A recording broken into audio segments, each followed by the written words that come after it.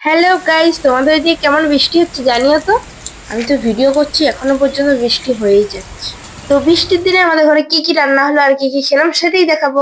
প্রথমে মেনুটা দেখে নাও, কেমন হয়েছে মেনু জানিও কিন্তু। আর তোমরা আজকে কি কি খেলে সেটাও কমেন্ট করে জানাবে অবশ্যই। আর আমাদের মেনু হয়েছিল খিচুড়ি, আর খিচুড়িটা দারুণ হয়েছিল। খিচুড়ি, চিকেন কষা আর ভেন্ডি আলু ভাজা।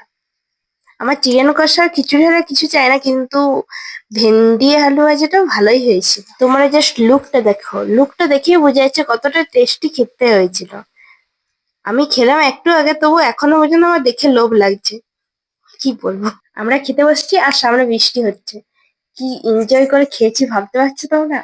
আর সামনেই তো দরজাটা, দেখতে দেখতে খাচ্ছিলাম। ব্যাপক লাগছে, টেস্ট আরো বেড়ে গিয়েছিল।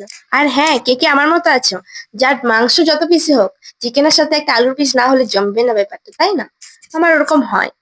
সবাইকার তো একই নয়, আমার ওরকম ভালো লাগে আলুটা খেতে চিকেনের সাথে। টাটা, দেখা হচ্ছে পরের ভিডিওতে। তো তখন সবাই ভালো থাকো আর সবাইকে ভালো রেখো।